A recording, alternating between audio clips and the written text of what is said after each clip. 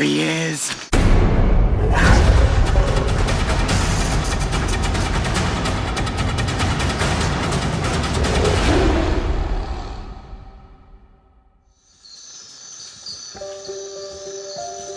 The darkness of night brings with it the awakening of many rainforest creatures. And on the Caribbean side of Costa Rica, one of the most iconic amphibians in Central America is out on the hunt for its next meal.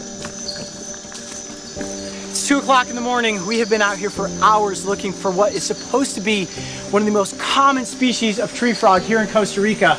We found all sorts of frog species, just not the one that we're actually after for this episode. And at the right time of year, specifically during the rainy season, these frogs descend from the treetops and can be found near permanent or temporary bodies of water, where they have come to lay their eggs. Right there. Those are tree frog eggs. Look at that cluster. How cool is that? There are many species of frogs in the rainforest you can happen upon, and some of them, like the gliding leaf frog, also have red eyes. That, oh, gotta move slowly, is a gliding leaf frog. Look at you. Pretty good size, too. This isn't a boreal species. You usually find them high up in the trees. And they're called gliding leaf frogs because they use the momentum of their bodies. They jump from higher heights down to lower heights. Look at that. That is one cool looking frog. All right, search for the red-eyed tree frog continues. Our search didn't take us much further when, sure enough, we finally came upon the amphibian we had all hoped to finally get in front of the cameras. You're not going to believe it. There's actually one right here on this leaf. Where? Look at that. There is the red-eyed tree frog curled up in a little ball. I'm going to cough my light. Bring that light a little bit closer. 100%. Oh my gosh. We have been looking for hours for this frog, and sure enough, there it is, completely camouflaged. Now, you'll notice, I'm going to tilt it a little bit. Mark, you see the eyeball there? See that reticulated pattern? Now, the frog can see us through that. You see, it almost looks like gold spider webbing, but it thinks it's completely hidden. It's got its toes tucked under, the coloration on the side of its body tucked under, and if you didn't know what you were looking for, it just looks like a bump on that leaf. All right, here we go. You ready? Look at that. He's just like saying to himself, oh, you guys can't see me. Gotcha. Be really gentle. There it is.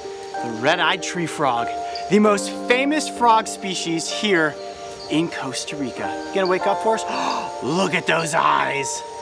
Hi, how are you? I know that everybody out there watching has been asking to see this frog since we made our first trip to Costa Rica. Now, when we were on the West Coast, these frogs do live there, but they were all high up in the trees because it was the dry season. Now here on the East Coast, we have a lot of rains that have pushed through, and no, not in my mouth. Okay, well, in this instance, you just kind of go with it. I do have to be careful because these frogs can excrete a toxin from their skin. Don't want to get that in my mouth or my eyes. Here we go. Why don't we bring you up here on my hand and let's get you up close for the camera and get some interesting facts. How cool is this? How excited are you? We finally found one! Yes! Okay.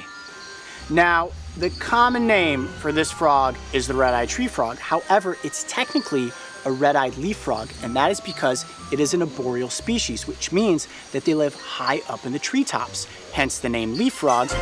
They are always hanging out on leaves. Or like this, as you can see, they're really good at jumping and really good at climbing.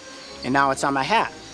Is it still right there? Yeah, it is. Let me see if I can grab it off. Okay, see if you can just kind of get it and bring it back down here onto my hand, Mark. Got him? There we go. Oh, there you go, little guy. Now, that leaping ability is excellent when it comes to escaping from predators. Look at that. Look how long those legs are. Now, how do they grip? Those sticky pads, and they are so incredibly sticky. I can feel it every time he moves himself around on my fingertip or my hand. They secrete this mucus from the tips of their fingers. It's almost like a temporary glue that allows them to move from leaf to leaf, or if they leap across a wide expanse, they can just whap, land onto something, and they will stick. All right, let's take a real good look at this frog's eyes, because if there's one thing that this frog is iconic for, it is those reddish orange eyes. they're enormous as compared to the size of this frog's head. And that is because this is a nocturnal species. This allows the frog to be able to see its prey when it's out there hunting at night. Now, this is a male. I can tell that because the males are significantly smaller than the females, and what you guys cannot smell is that right now it's actually secreting a toxin from its skin. Now, this frog just does not really want to cooperate, does it? No. He really wants to crawl on my face. Okay, back on the leaf. All right, let's see if I can do this. This amphibian is going to be much more comfortable if I actually keep it on a leaf like that. Now, there is a perfect example of this animal's camouflage. He's like, you can't see me, but we can. Let me see if I can get him right up on the edge of the leaf. Like that. Do not jump on my face again. Wow. Very cool. Now, these frogs are insectivores, which means that they eat bugs, and they're opportunistic. So any mosquito or moth or little flying creature that comes across its path when it's sitting here on a leaf is fair game. Okay, now I do know that this is a male, and the way that I'm at least guessing is because the males are significantly smaller than the females. But both males and females have the exact same color patterns on their bodies. However, for males to attract females here in the rainforest, what they'll do is actually bounce up and down on the leaves, shaking the leaves, informing the females that they're there and they're available for breeding. How cool is that? That's an interesting little dating tactic that you have.